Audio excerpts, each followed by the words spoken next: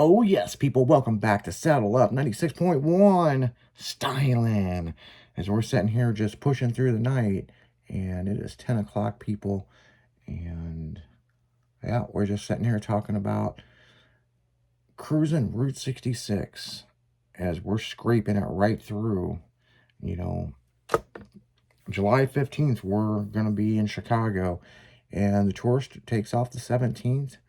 18th, we'll be in St. Louis, and we'll have the full schedule for you guys here real soon of all the activities. It'll all be up on the website. Everything will be on the website. You can go to cruisingroute66.com, or you could go to scraping66.com or scrapingroute66.com or Mother Road. So, yep. There's several websites. They all go into the same one, Oh, you'll find us. Yeah, you'll find us, fucking ask AI, it'll let you know. AI knows everything. So yeah, we'll be caravanning all the way out. Man, I'm loving this weather tonight. Oh yeah. I almost barbecued. Oh really? What would you have barbecued? Steaks. Steaks. Steaks and baked potatoes. Steak. Yeah. Steak. Yeah. I thought about buying some stuff the other day to barbecue, and I don't know.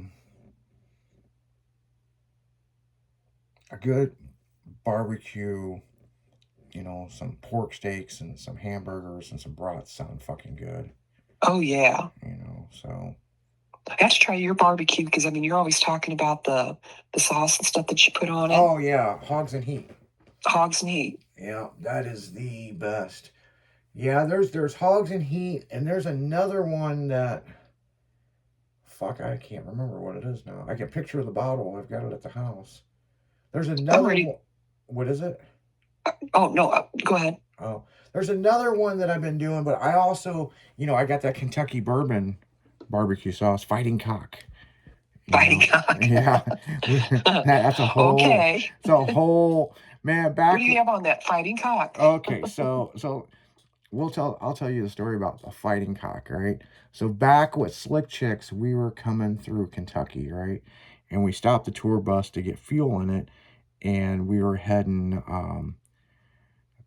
to like South Carolina or some shit. I don't know. We were going through Kentucky. We just finished up some nightclub in Kentucky. We were in like the Boot Hills of Kentucky, and we stopped the tour bus. We had to get fuel, right?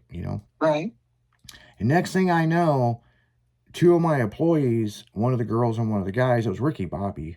And I'll tell you, it was Chelsea Styles and Ricky Bobby got thrown out of the gas station. And there was a huge fucking argument. And they were laughing, and I'm like, what the fuck is wrong with you guys? And they're saying something. So I went in, and she was like, are you with them? And I'm like, I'm the owner of that big ass bus out there. I'm pumping fuel on. Oh, okay. And I go, what did they do? Well, they offended our state. And I was like, what they say? I was like, them damn people, man. Like, so, I'm going to reprimand them now. Yeah. So she was like, are they with you? And I'm like, they're mentally challenged people, And I'm like, well, what did they do to offend the state? Well, they were making fun of our barbecue sauce, and that's made with real Kentucky bourbon. And I turned around, and there was like a shelf of it, and it was Fighting Cock. I tried not to laugh. And so I go, so I guess it's pretty good. That's the best, made with real Kentucky bourbon. So I got a couple bottles of it, and I was like, here, she sold them to me, paid for the fuel, got on the bus. I didn't say anything for a while, so we got kind of maybe about an hour out of town. And I grabbed these bottles, and I'm like, hey, who wants some Fighting Cock? And fucking, these motherfuckers, you would think smoked a bunch of weed. They could not stop laughing like some little kids. I bet. And so, it's only made once a year. It's in a real Kentucky bourbon bottle, and it's their signature barbecue sauce. And you can only get it once a year. I was also told that you can only get it like every so often, every so many years. But it's a signature thing. For the aging of the bourbon or something. Yeah, something like that. I don't know. But, oh yeah, it's some fire-ass sauce, man. It's fucking good. Had some Fighting Cock on a hump day. Yeah, it's Famous Dave's barbecue sauce. That's what it was. I had to think about it for a second. And Why do you think it was Fighting Cock? well, Fighting Cock is another barbecue sauce that we have. You know, the Oh. Kentucky bourbon one. Hmm. And then the Hogs and Heat is my go-to. I mean, that is the shit. But it's Oh yeah. Famous Dave's barbecue sauce. And they have a hot honey. They have, I don't know, they got a whole bunch of different flavors. Did they have a fire honey, or is that what it was? Yeah, I think that's the fire honey, the hot honey. But yeah, I mean, the shit is, you know, I saw several years ago, because I'm a barbecue connoisseur, people. And I'm into trying different barbecue sauces. Some of them are just, I'll give the shit to my neighbors and it's just like, you know. Or some of it's just like really good. There's a moonshine, full moon or something barbecue sauce that we got somewhere. And man, that shit was good. But you can't, it's one of them barbecue sauce you can't like, you have to cook it into something.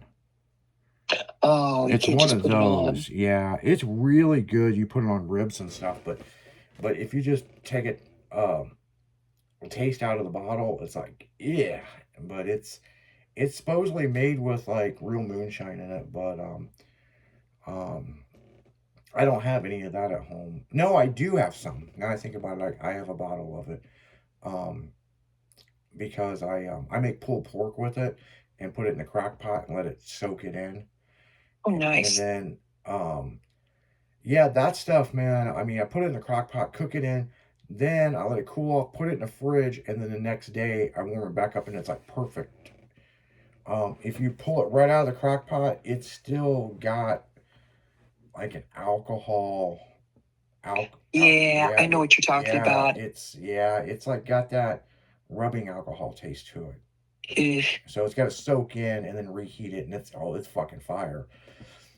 But that's one of those cooking barbecue sauce. See, I learned a lot of shit from this barbecue place that, you know, just when you think you know barbecue stuff and then you go to a shop that specializes in it and you find out a lot of shit. Oh I yeah. found out a lot of shit about smokers that I didn't know. I Well, I was mean, gonna say, when you go into some of those little shops down in Main Street, the historical section, they'll sit there and talk to you for an hour. oh yeah, like the honey Take guy. everything. I Yep, learned yep. everything about fucking honey in 45 minutes, man. Fucking, I learned so much shit from this guy about honey I will never use in my lifetime. Right. You know, um, I know all kinds of shit about bees now that I never thought I would know, and I can never get rid of it out of my head. You know, so.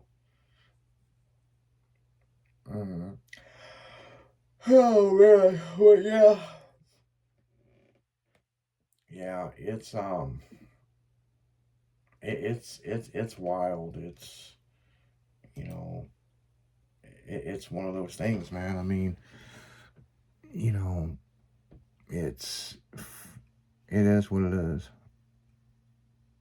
But now I'm craving barbecue. Mm-hmm. Yeah. Yep. I mean, it's you know, a lot of it depends on what kind of good smoker and different stuff you guys, you get. I mean, there's so much that goes into, I mean, using charcoal or gas. I'm a charcoal person, but Me too. I know I've been doing some new stuff with these pellets and How's that working out? I haven't tried the pellets. it it's good. I mean, once I kind of get master it a little bit better, I mean, but I'm also picky when it comes to charcoal. There's certain charcoal I get, and then of course I got the applewood. Um, I get those applewood briquettes. There's a certain thing that I get, but I also get um the apple vinegar, and then you put the apple chips in it, and Okay. it's like, well, it sounds like you're putting too much apple in it. Well, there's a method when you smoke it and different Right. stuff. I mean, you have to have the rings Get it in it. just right. Yeah. So I mean, I am redoing my patio this spring, and yeah, I'm putting a smoker out there, all kinds of shit. You need to smoke out those groundhogs. Yeah. Or Speaking What of is it? that, the Moles or moles, the whatever. ground is like, it's like a swamp. And these motherfuckers Yes. are still digging, I guess because it's warm. I'm just like, son of a bitch. They're doing it in my yard again. Yeah. It stopped, and now I went back there yesterday, and it's like, oh my gosh, Figured there's to be holes everywhere. hibernating. Yep.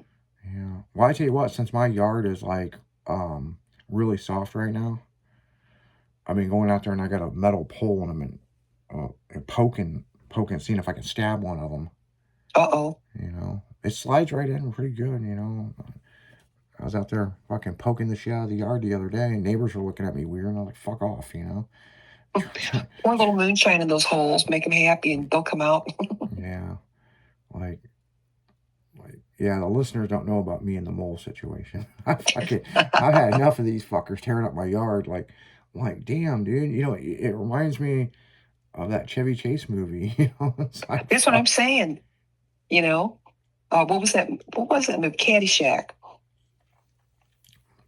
People, I don't know if it's groundhogs or moles. I don't know, but I've had enough of this shit. Well, if it's the groundhog, go poke it. Yeah. Well, I tell you what, one of these things got up out of the yard, and the pugs were chasing it one day, and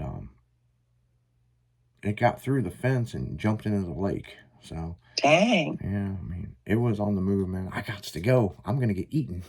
Yeah. You know? See you later. Yeah.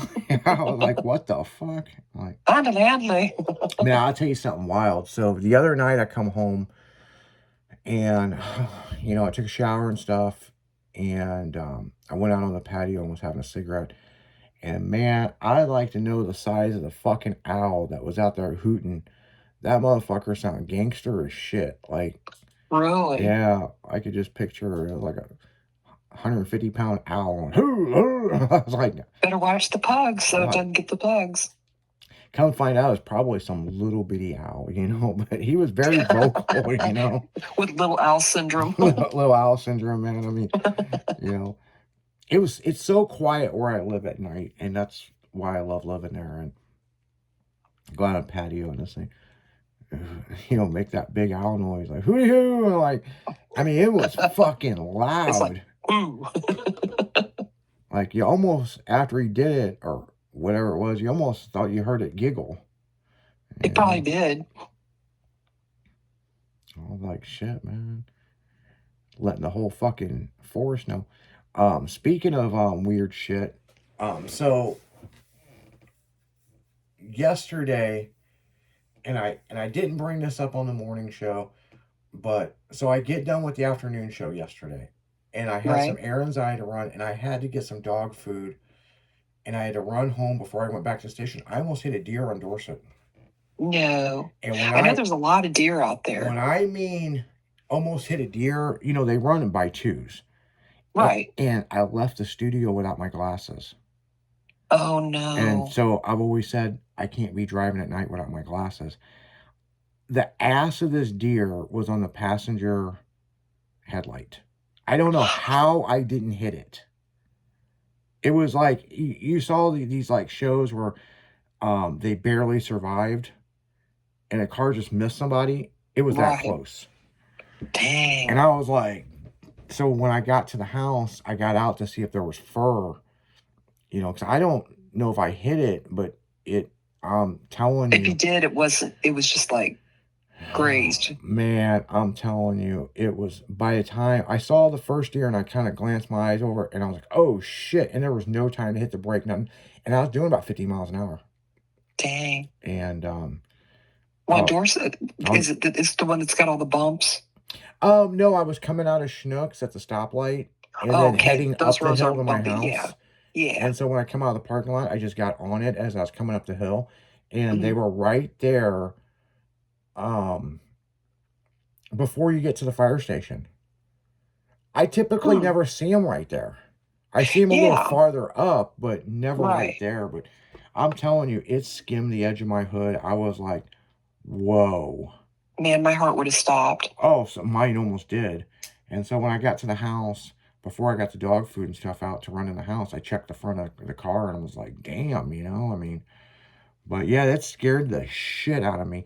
I mean, I do have another set of headlights for the car, And I've got another custom bumper and all that stuff, but I don't have another hood and a fender. And, I mean, fuck, that could have fucked that car up really good, Yeah, it could have. Yes, it could have. I mean, I could have hit it and it could have flew back and hit the windshield. I mean, there's Was all it with your kind. Civic? Yeah, I was in my Civic.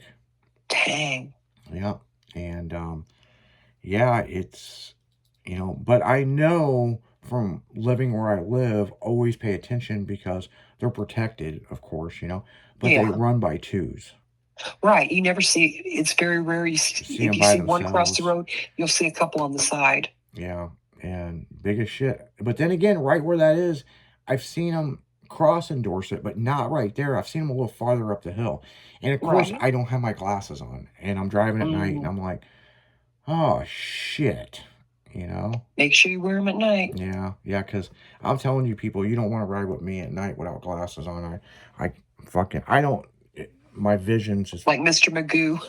Yeah. Oh, I'm gonna tell you what, man. Years ago, I used to never wear my glasses, but when they changed the lights over to the LED lights in the parking lots, Yeah. I'd have my fucking ex-girlfriend fucking tell me where the lines were because I couldn't get out of the parking lot.